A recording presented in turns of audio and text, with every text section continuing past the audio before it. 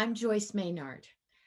I'm so happy to be giving this reading for the Lafayette Library and Learning Center in Lafayette, California, which has been one of my all-time favorite libraries to visit. And I wish I was there in person, but we all know why I'm not. And so I decided that I would give you this advanced peek at or listen to my brand new novel. It's my 10th novel called Count the Ways. It came out this week, and I'll be talking about this novel at the Lafayette Library. But in advance of that conversation, and maybe to give us more things to talk about, actually, I think there'll be plenty to talk about, I'm going to read you a short excerpt from Count the Ways. Just so you know, this lasts probably about 12 minutes. And I'll set the stage. The characters who are at the center of this novel are a family, Eleanor and Cam, and their 3 children, Allison, Ursula, and Toby. They live on a farm in New Hampshire. I'm actually coming to you from New Hampshire. That's where I'm spending the summer. And it's really the story, it's a story that spans 40 years in their young lives. They're coming together, falling in love, raising their children, and drifting apart.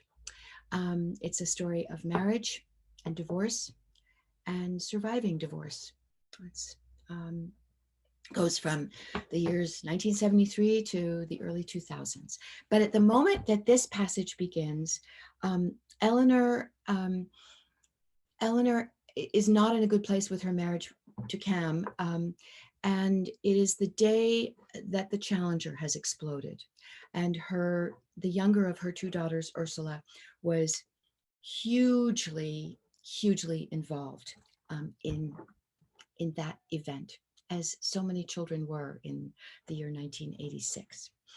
One of the things that I loved about writing a novel that spanned so many years and several decades in the life of an American family was setting my very personal story against the backdrop of things that were going on for all of us. This chapter is called A Million Pieces, and I'll read just a part of it. All month, Ursula had been counting down the days to the Challenger launch. They'd canceled it twice on account of unusually cold weather at Cape Canaveral. Then came the news: the shuttle was launching.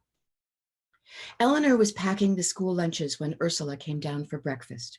She had on a light blue jumpsuit to match the jumpsuits of the shuttle crew. She told her mother she was too excited to eat. Cam was heading out that day for an all-day physical therapy workshop. Watching him as he headed out the door, Eleanor was struck by what a beautiful man he was and how long it had been since they touched each other. When he bent low to kiss Ursula and touch her cheek, Eleanor felt a strange little stab, remembering how that felt. She had been so angry for so long now, she had almost forgotten. Eleanor wasn't done being angry at Cam, but she admired what he was trying to do with Toby. More than any of the other things they tried, it was the yoga that seemed to get through to him. "Don't you want to see the Challenger go up, Dad?" Ursula asked Cam as he headed out. "You can tell me all about it tonight," he said. "This is the best day of my life," Ursula said as she headed out to the school bus. "I'm going to remember this forever." Eleanor thought about the moonwalk then. Neil Armstrong planting the flag, Matt Hallinan on top of her in the front seat of his car after, whispering in her ear as he thrust his body into hers. One small step for man. She stood in the doorway, watching her husband head to his truck. She wished she could make her heart open up. "Cam," she called out to him. She had almost forgotten what it felt like to have her husband put his arms around her. She wanted to say something loving even, but she couldn't think what. They had drifted so far apart from each other. She didn't know how to get back. Cam didn't turn around. Maybe he didn't hear Eleanor calling out to him. He drove away. After the kids were gone, Ursula hugging to her chest that morning's newspaper clipping with a giant picture of the Challenger and the words, "Up, up, and away," Eleanor took her coffee and bagel and headed to her little office. It was her habit, when at her desk, to keep a single song on repeat, so it became a kind of mantra for her. That morning, no doubt in recognition of the space launch and the women taking flight from Florida, the song she kept playing was a Joni Mitchell song, Amelia. The drone of flying engines is a song so wild and blue. Alone in her studio, Eleanor sang along with Joni. For some reason, she felt restless. She stared at her glowing computer screen. For no apparent reason, except that this was the time of year her parents had been killed in the crash, she thought about her mother. There was so much about Eleanor's life now that her mother wouldn't even recognize, starting with this house and the 3 children she'd given birth to here, the one who seemed to live under a perpetual cloud of discontent these days, the one who just wanted everybody to be happy, and the one who had almost died and returned to them like a sad and silent little stranger. What would her parents make of the Macintosh computer in front of her, a device nobody could have imagined 20 years before? A granddaughter who didn't like wearing dresses, up in her room studying a whole other language called programming. The shuttle on the launch pad in Florida, and the children in school cafeterias all across America, counting down, 10, 9, 8, 7, and the woman about to blast off into space. Strange to think that when Eleanor's parents died, Neil Armstrong had yet to set foot on the moon. "Reach for the stars," Krista said. Ursula possessed a similar brand of optimism. She clung to the faith that if she just worked hard enough at it, she could just make everything how it was before, or at least make it all right. Maybe this was what had inspired her obsession with the Challenger, the way that launch seemed to represent a belief in ever-broadening horizons, the triumph of hope at a time when, in her own family, it seemed in short supply. Eleanor got to work then. Her current job was creating a series of drawings of famous American inventors and writing a capsule profile of each. This morning's assignment, Eli Whitney and his cotton gin. Sometime around noon, Darla called. "You were watching, right?" "Actually, no," she said. "I have all this work to do. I was just getting started on Thomas Edison. And if you want to know the truth, I'm a little maxed out on the Challenger. It's all Ursula ever talks about." "Turn on your television," Darla told her. Normally, she let the girls walk home on their own from where the bus dropped them off. But that day, she and Toby were waiting, parked across the street from the bus stop when it pulled up. The 3 children who'd stepped down first all looked dazed, as if they'd just gotten off of one of those really awful rides at an amusement park and wanted to throw up. Even Al, who had been walking around with a fuck you attitude for half a year, appeared deeply shaken. Ursula was the last one off the bus, the blue jumpsuit with the NASA patch on the pocket, looking now like a bad Halloween costume. Her skin seemed to have turned a whole other shade since she left home that morning. She looked bluish and strangely pinched, as if the air had been sucked out of her. She seemed suddenly very small. Crossing the street to the spot where her mother and brother stood, she looked like a very old woman. "They blew up," Ursula said.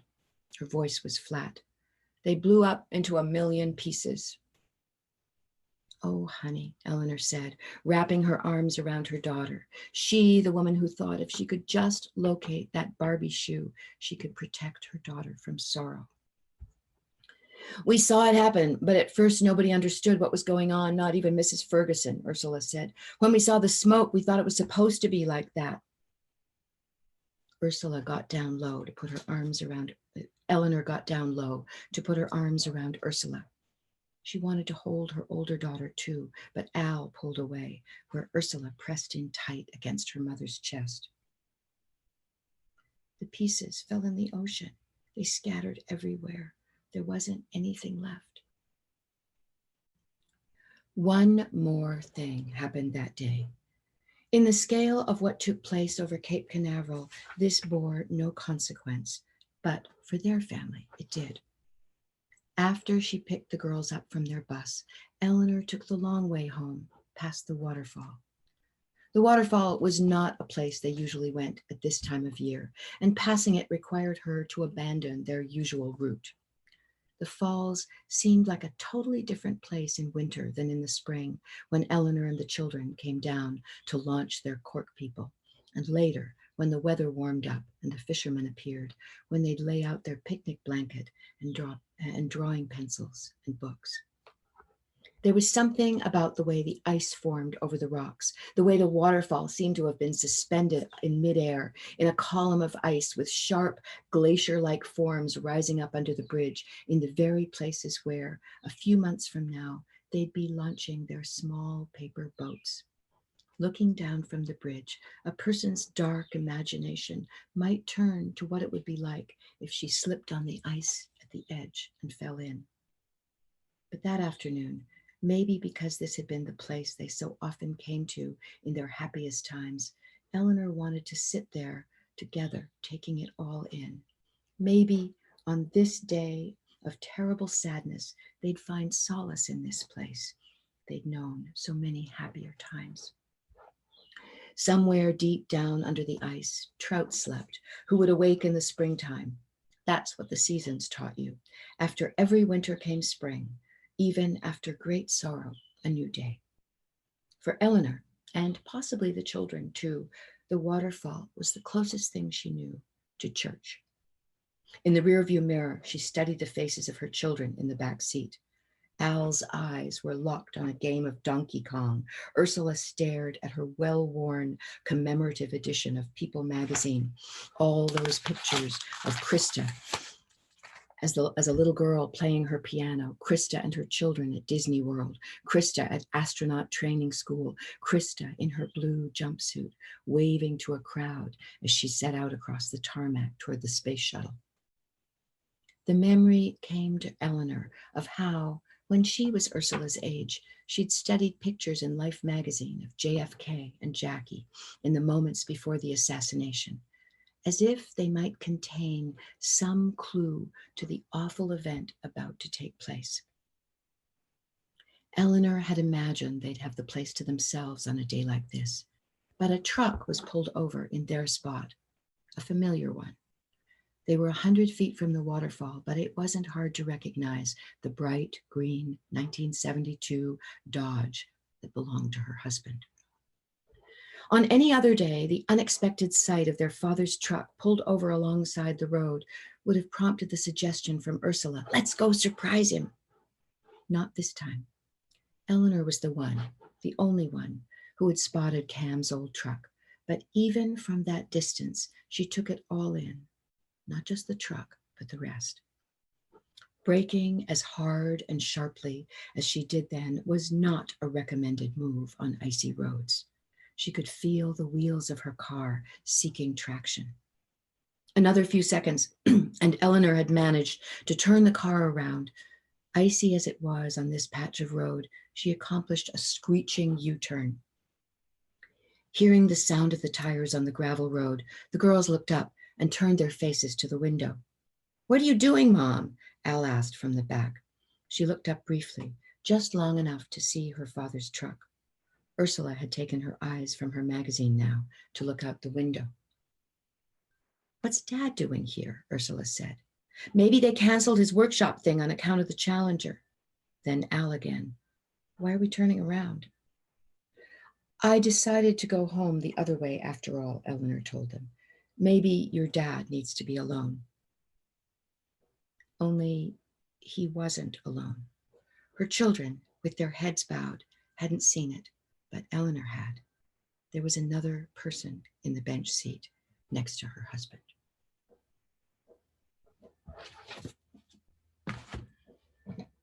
That's count the ways. And I so look forward to talking with you about it.